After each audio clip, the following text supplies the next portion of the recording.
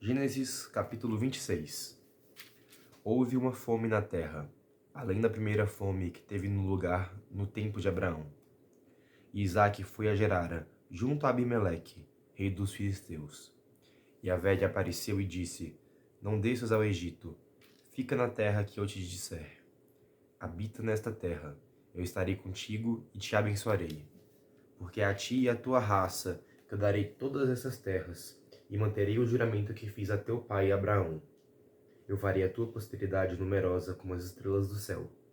Eu lhe darei todas estas terras, e por tua posteridade serão abençoadas todas as nações da terra. Porque Abraão me obedeceu, guardou meus preceitos, meus mandamentos, minhas regras e minhas leis. Isaque, pois, ficou em Gerara.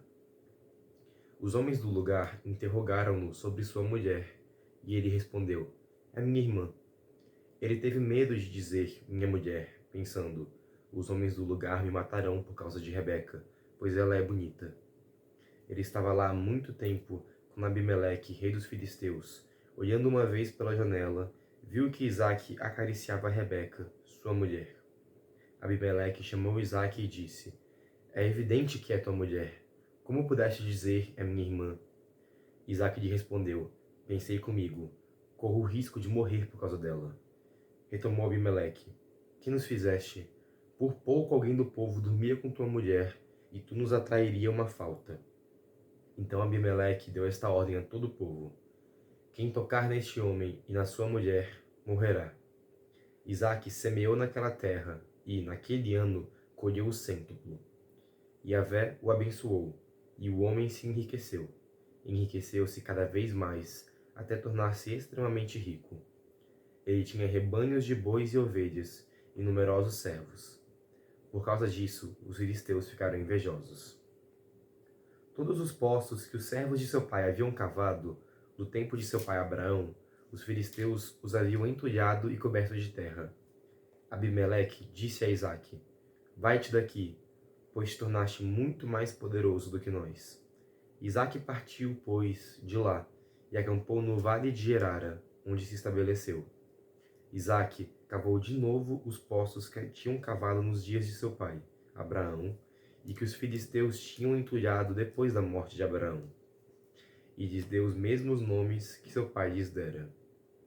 Os servos de Isaque cavaram no vale, e encontraram lá um poço de águas vivas. Mas os pastores de Gerara entraram em disputa com os pastores de Isaque, dizendo: A água é nossa. Isaque chamou a este poço de Eseque, pois querelaram por causa dele. Cavaram outro poço, e houve ainda uma disputa a seu respeito. Ele o chamou de Sitna.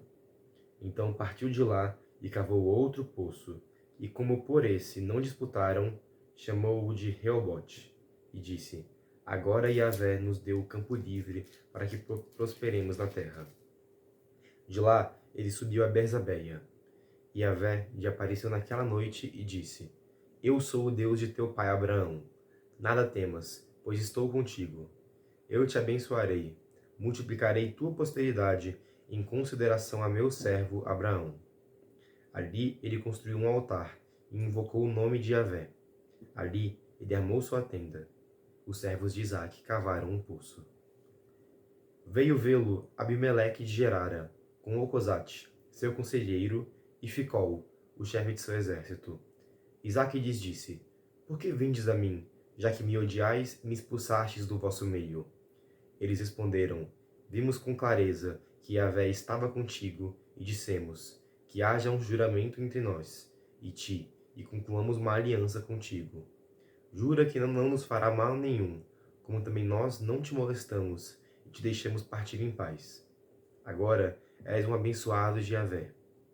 Ele lhes preparou uma festa, e comeram e beberam. Levantando-se de madrugada, fizeram um juramento mútuo. Depois Isaque os despediu, e eles o deixaram em paz. Ora, foi naquele dia que os servos de Isaque lhes trouxeram notícias do poço que cavaram, dizendo: Encontramos água. Chamou ao poço Seba, onde o nome da cidade, Bersabeia, até hoje. Quando Esaú completou 40 anos, tomou como mulheres Judite, filha de Beere, o Eteu, e Basemate, filha de Elon, o Eteu. Elas se tornaram uma amargura para Isaac e Rebeca. Ok. Esse capítulo é muito interessante porque é o único capítulo da história de Isaac. Ponto.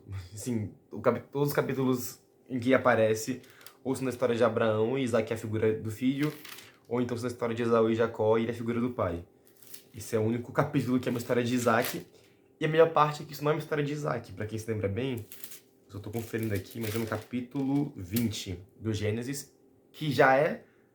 Não, tá, no capítulo 20, que tem a história de Abraão e Gerara, que é basicamente a mesma história que essa, e que já é uma versão paralela de uma história de Gênesis 12, que é Abraão no Egito. Quer dizer, ou uma história paralela, ou Abraão viajava muito por aí contando que a mulher dele era irmã.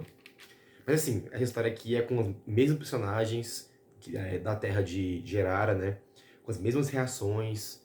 Então, assim, o que me parece aqui, pessoal mesmo, assim, pensando em como foi recolhida a tradição oral dos textos do Antigo Testamento, talvez são versões diferentes da mesma história, que ao longo do tempo houve uma tradição de que essa história ocorreu com Abraão, ou então que essa história aconteceu com Isaac, mas tá tudo na mesma história. Eu só achei legal porque, caraca, eu achei que aqui tá ainda mais exposto uma primícia da inviolabilidade do matrimônio, que ele fala bem assim: então Abimeleque deu esta ordem a todo o povo: quem tocar neste homem e na sua mulher morrerá. Então Abimeleque coloca como lei que não se deve tocar num homem e numa mulher casados. Então, assim, interessante, né? Porque logo depois a gente vai falar de Esaú, né? Que está com duas mulheres já que são o banimento da vida de Jacó. Achei engraçado porque o capítulo seguinte é sobre Esaú e Jacó, mas fica largado nesse capítulo, esse finalzinho sobre Esaú.